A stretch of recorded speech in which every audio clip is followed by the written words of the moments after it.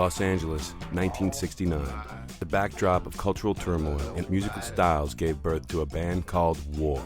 The lowrider is a little higher.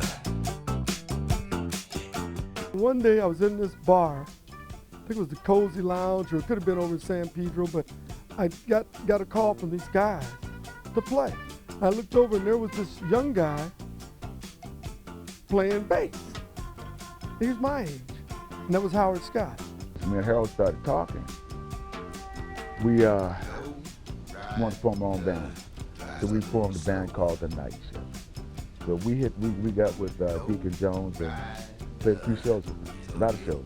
So that particular night was our last night there, and the word went out. We saw this old Jaguar out there that, Eric Burton's now, Eric Burton's now. There was a place called The Experience on Sunset Boulevard.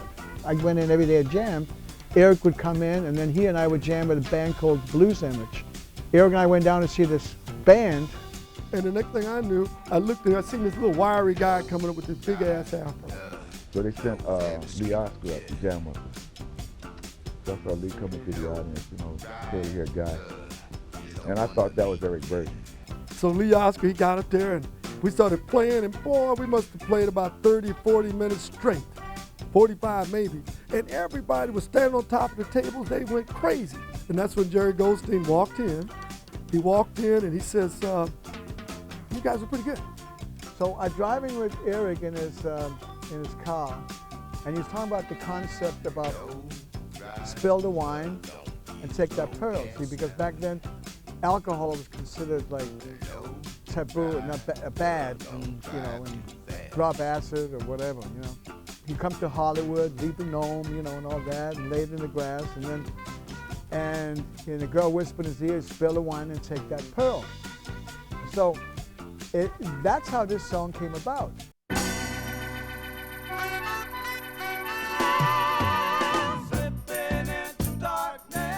War broke big.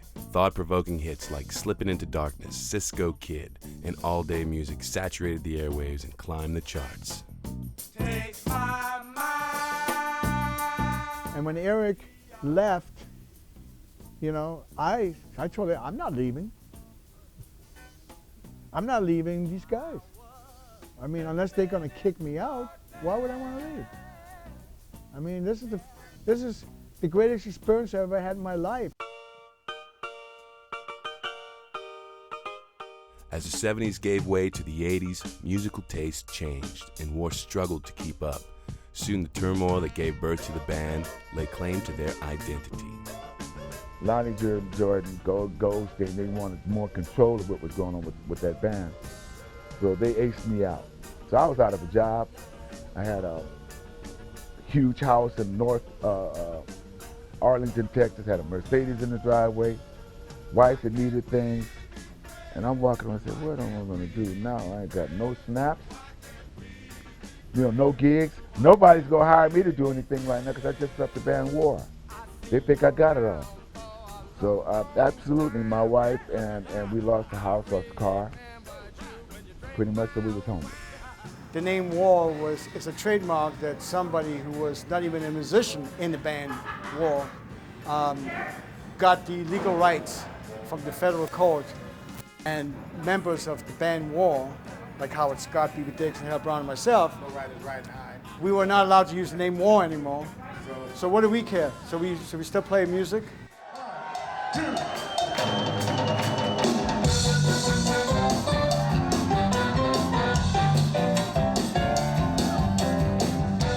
And then I said, well, I want to put the group back together. I want to name them MIA, Missing in Action. Like, that was a great one. And he said, oh no, if you do, I'll sue you. And I knew right then, if we named ourselves shit, he was gonna still sue us. The fight that we put out every day on stage, we have to take it to the stage and fight and win from the stage, song by song, person by person. It's not easy when you sit back and say that the Lowrider Band can't say formerly of War. People, name recognition is everything.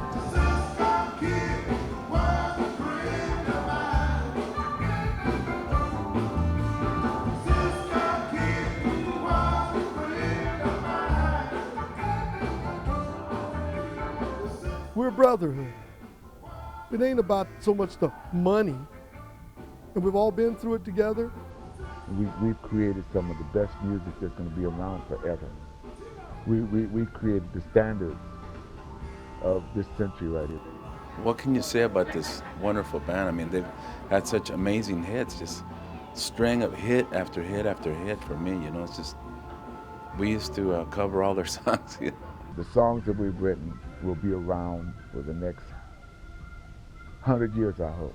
We can't say that W-118, but you know our name.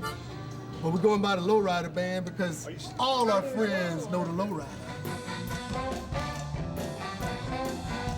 And we get up there and play like CISCO Kid and that, immediately people know. And it almost put tears in my eyes because it's like when I see those people connecting once you stop playing and realizing who we are, it's like they're in shock and they start saying, that's Paul.